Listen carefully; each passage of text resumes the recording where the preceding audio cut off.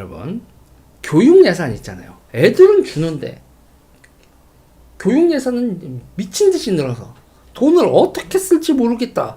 이게 대한민국에서 말이 되나? 그러면서요. 제가 그러면서 교육부에서 교육 쪽에서 벌어지는 가장 얼탱이 없는 일 중에 하나로 제가 꼽은 게 그린 스마트 학교 사업입니다. 그린 스마트 학교 사업 예산은 18조죠. 경제성 검증 안 된 학교 개선 사업, 정부 혈세 퍼붓기 제동을 건다. 이렇게 되는 거예요. 그래서 사립학교에 준 335억은 파악도 안 됐다. 교육부 예산이 깜깜이 예상 20평이다. 뭐 이렇게 예산 타당성, 여러분, 코스트 앤 이펙트, 비용 편익 분석도 안 한다는 얘기예요. 이거는 명분적으로 오르니 비용 편익 분석도 안 한다. 그래서 제가 저기서 이제 기가 막혔던 게, 그러면 학교를 개선한다고 원래 있었던 건물을 리모델링 하는 거란 말이에요. 뭐 리모델링 하면서 태양광 패널 갈고 뭐 창문도 뭐 받고 그다음에 뭐 스마트 한다, 뭐 유비쿼터스 엔드 뭐 해가지고 뭐 여러 가지 기능을 IT 기술과 그린 기술을 접목해서 학교에 이런 거 교실을 만들겠다 이런 거거든요. 돈을 쏟아 붓는 겁니다. 거기다 이런저런 막 전자장비 다 갖다 붙이고, 그러면서 그 공사를 하는 동안에 애들 있잖아요. 애들도 공부는 어디서 시키냐?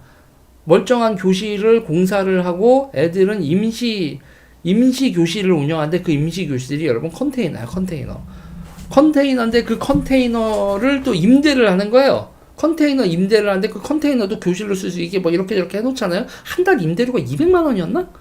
근데 그 컨테이너를 임대해주는 업자가 운동권이었어. 그래서 제가 그거 가지고 미친놈들 그러고 막 제가 컨텐츠 만들고 했었던 거 기억이 여러분 나실라나 모르겠네.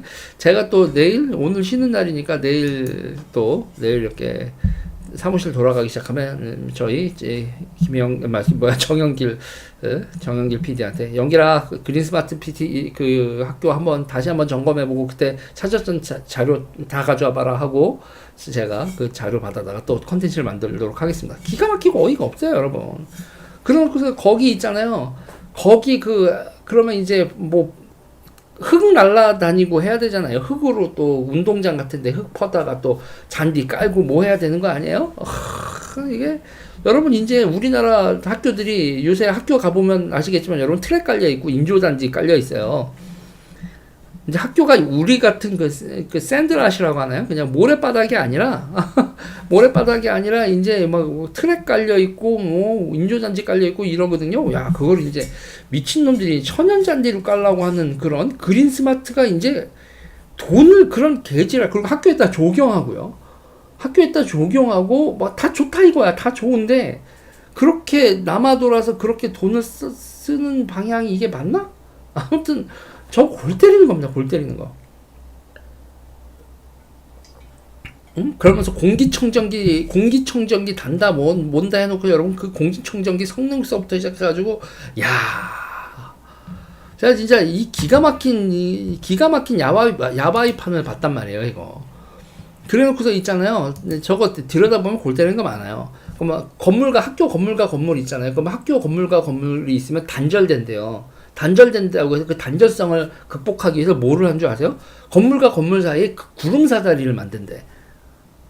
구름 사다리를 만들면 여러분 그냥 1층으로 내려가서 걸어가서 구름 사다리 만들어서 2학년 교실과 3학년 교실을 그 구름 사다리로 연결하면은 학교가 더 통합적이고 공동체 의식이 올라가요? 그 구름 사다리 공사비 그거 되게 골 때려요. 그 평당 단가가 뭐 얼마? 그거 건설하시는 분들이 보고 이게 말이 돼? 돈지랄입니다, 여러분. 돈지랄. 와. 펠리치님 감사하고요. 열받으니 감사합니다. 뭐 그런 그 말도 안 되는 짓거리를 하는데, 이거를 지금 이 그린 스마트 스쿨 사업을 조사를 정부 합동 부패 예방 추진단에서 합니다. 그러니까 윤석열 정부 들어서 정부 합동 부패 예방 추진단 이렇게 되는데, 그 추진단에 어디가 들어가냐면 법무부, 검찰청, 공정거래위원회 등등 정부가 다 들어가서 이거를 이제 이 그린 스마트 학교 사업 그린 스마트 스쿨 이거부터 털기 시작을 하는 거죠. 기가 막힙니다, 여러분. 기가 막힌 거예요. 18조 5천억 원을 이게 연도별로 되는데 올해 2조 3,657억에서 이렇게 2020 이렇게 해서 쭉 해서 이걸 이렇게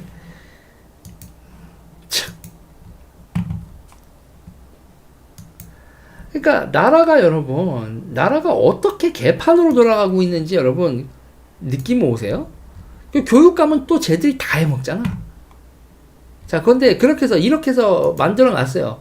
만들어 놔서 이렇게 예산을 이렇게 뽑아놨거든요. 근데 문제는 돈을 쓰는 것도 일이란 말이에요. 근데 얘네들이 잘못 생각한 게 있어요.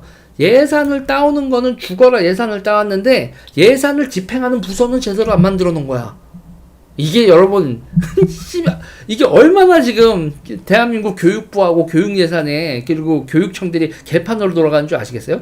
예산은 따왔는데 이걸 예산을 쓸 사람 부서가 책정이 안 돼. 이 돈을 예산 따왔다. 네 알겠습니다. 그럼 이 사업 집행하는 부서가 어디죠? 멀뚱. 왜냐면요 여러분 교육청이 주가 되는 게 아니라 시민사회, 일명 시민사회가 주가 돼서 헤쳐먹는 사업이니까 교육청이 멀뚱멀뚱하게 되는 거야. 우리가 공무원들도 자기가 입안한 사업이 이어야 이게 예산 집행이나 이런 게나 업체를 어디 쓰고 이런 게 보이는 건데 거기서 갑자기 위에서 뚝 떨어지니까 교육청 공무원들이 벙찐 거야. 그래서 어떤 사태가 벌어진 줄 아세요? 예산 집행이 안 돼. 씨발. 이게 여러분 이게 말이 되냐고요. 예산 집행이 36%밖에 안 됐어요. 그러니까 돈 쓰는 것도 일인데 돈 따오는 일은 했는데 돈 쓰는 일은 또 진행이 안 된 거야. 그래서 예산 집행률이 36%밖에 안 됩니다. 이게 여러분 얼마나 골 때리는 일인 줄 아세요? 그러니까 내국세에 몇 퍼센트로 우리가 교육 입국 하니까 내국세의 몇 퍼센트를 교육 예산으로 이렇게 집행을 해놔서 교육 예산 이제 막 100조가 가. 100조를 달려가는데 애들은 줄어. 돈은 남아. 돈 쓸 일은 만들어야 돼. 돈 쓸 일 만들어서 너도 나도 냠냠 짭짭 하려고 하는 거지. 그리고 이 상황에서도 더 웃긴 거 내국세 비율, 교육 예산이 내국세에서 차지하는 비율을요, 국회에서 올렸다? 국회에서요, 내국세에서 교육비가 차지하는 비율을요, 여러분, 올렸어요. 여야 합의로. 한국 정치인들은요, 여러분, 미친 새끼들이라니까? 그게 여러분 또 보면 동네에 사학재단들이 또 표가 되잖아. 사학재단들이 표가 되고 또 이렇게 되잖아요. 그러니까 보수는 사학재단으로 해먹고, 진보는 전교조로 해먹고, 교육청으로 해먹고, 서로 짬짬이한 게 되니까 국민만 호구인 거야. 이 그림 이해가 되세요? 어떤 그림인지? 지금 이게 얼마나 개판인지 보이시냐고. 그래서 이때까지 이제 정부들에서 보수 정부고 진보 정부고 이런 거에서 손을 댄 적이 없어. 그래서 내가 윤석열 정부를 이런 정부 하나가 있어야 된다라고 얘기하는 게 뭐냐면 이거를 감사를 하잖아. 이거를 감사를 해가지고 야 여기에 또 법무부 끼어 있고 뭐 하잖아요. 이렇게 종합감사를 때리는 이런 게 그럼 정치권에서 여야의 공동의 적이 된다니까. 나 불안해. 이러다가 윤석열 정부 건들면 안 되는 게 어딨어. 건드려야 되는 건데 교육 사학들이나 이런 거 건드렸다가 보수에서도 윤석열 탄핵하자 이런 식으로 가지 않을까 매우 걱정이 되면서 보고 있는데 아무튼 여러분 이런 나라 돈 퍼부어서 그러니까 교육이 애들을 가르쳐야지 그 어르신들이 후짝잡 이거 하려고 그런 게 교육이 아니잖아요. 그쵸? 이거는 여러분 이거는 철저히 저는 요번에 합동 부패 예방 추진단. 이것도 이름도 외우기 어렵네. 합동 부패 예방 추진단에서 이거 오지게 털어야 된다고 저는 그렇게 생각합니다. 당연한 거 아니에요? 네. 이러는 나라에서 군인들한테 월급 200만 원 주기가 어렵대. 아니 말이 안 되는 얘기예요, 저는. 열받아님 감사하고요. 열받아님 2번이셨구나. 박 대통령님 감사하고, 그리고 BH님 회원돼 주셔서 감사합니다. 저는 윤석열 정부가 이런 식의 기존의 기득권, 정치 기득권들을 이렇게 쳤을 때, 지지하는 분들이 이거 눈 뜨고 보고 있어야 된다고 생각을 해요. 눈 뜨고 보고 이런 거는 서포팅을 해줘야 된다고 생각하는데, 이런 일을 해도 지지율이 안 올라가는 현재 상황이니까, 저는 진짜 가급적 이 정부가 왜 존재해야 되고, 무슨 일을 하고 있고, 이런 내용이 있으면 제가 계속 설명을 할게요. 저는 문재인 정부가 망해야 된다고 했어요. 이게 그린 스마트 시티 가지고 난리쳤던 거, 선거 전부터 난리쳤던 거, 여러분들이 기억해 주셨으면 감사하겠습니다. 일단 이 얘기는 여기까지 하고, 이 얘기는 1, 2, 3, 4 아까 그냥 아웃라인만 했는데, 더 구체적인 거 제가 자료를 받아다가 하나하나 얘기를 하겠습니다. 일단 이 얘기 여기까지 할게요.